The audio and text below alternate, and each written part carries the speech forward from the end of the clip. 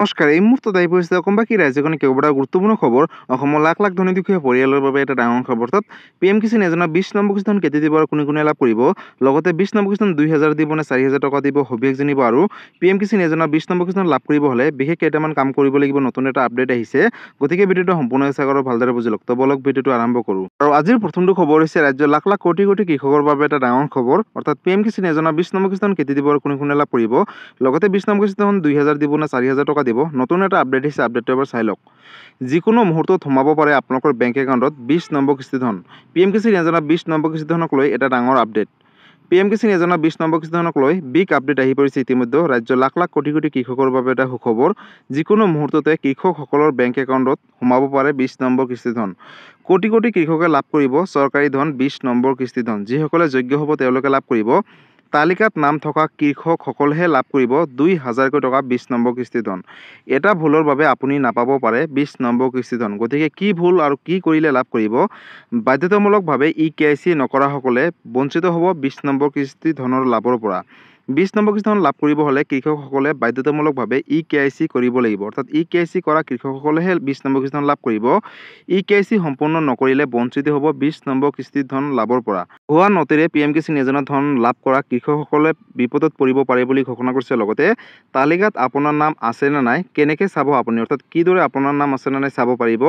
লগ in কৰিব pmkisan.government.in official ৱেবছাইটত গৈ আপোনালোকে তললৈ স্কেল ডাউন কৰি বেনিফিচিয়াৰী লিষ্টৰ ওপৰত এবাৰ ক্লিক কৰিব। অৰ্থাৎ এনেকুৱা এটা পেজ আহিব আপোনালোকৰ সন্মুখত যেতিয়া আপোনালোকে অফিচিয়েল ৱেবছাইটত যাব। তাতে আপোনালোকে কেইবাটাও অপশ্যন দেখিবলৈ পাব।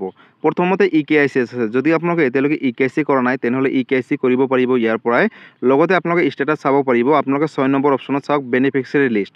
আৰু আপোনালোকে যিহেতু নিজৰ নাম আছেনে নাই লিষ্টখনত তাৰ বাবে আপোনালোকে বেনিফিচিয়াৰী লিষ্টৰ ওপৰত ক্লিক কৰিব। ক্লিক কৰাৰ পিছত ৰাজ্য জিলা গাঁও বাছনি কৰি আপোনালোকে ছাবমিট অপশ্যনত ক্লিক কৰিব। আৰু ক্লিক কৰাৰ পিছতে কিন্তু নতুন এখন পেজ আহি পৰিব। যদি এইখন লিষ্টত আপোনালোকৰ নাম আছে তেনেহ'লে লাভ কৰিব 20 নম্বৰ কিস্তিধন। অথবা যদি আপোনালোকে এই লিষ্টখনত নাম নাহে তেনেহ'লে তললৈ স্ক্ৰল ডাউন কৰি নেক্সট অপশ্যন আহিব বা 1 2 3 এনেকৈ নেক্সট কৰি আপোনালোকে নিজৰ নামসমূহ চাব পাৰিব। যদি কিবা কাৰণত এই লিষ্টখনত আপোনালোকৰ নাম নাই তেনেহ'লে আপোনালোকে কিন্তু 20 নম্বৰ কিস্তিধন নাপায়।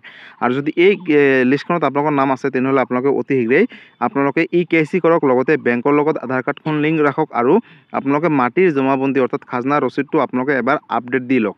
আৰু এই বিশেষ কাম কৰিলেহে আপোনালোকে 20 নম্বৰ কিস্তিধন লাভ কৰিব 2,000 টকা। অৰ্থাৎ 4,000 টকাৰ বাবে ইতিমধ্যে কেন্দ্ৰীয় চৰকাৰক আহ্বান জনাইছে।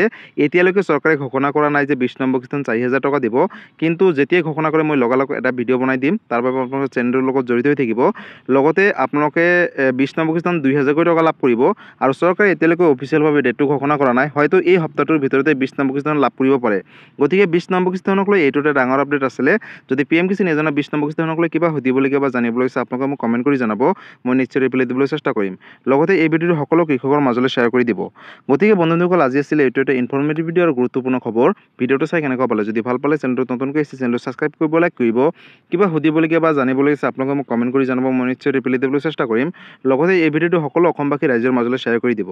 ধন্যবাদ। জয় আই অসম।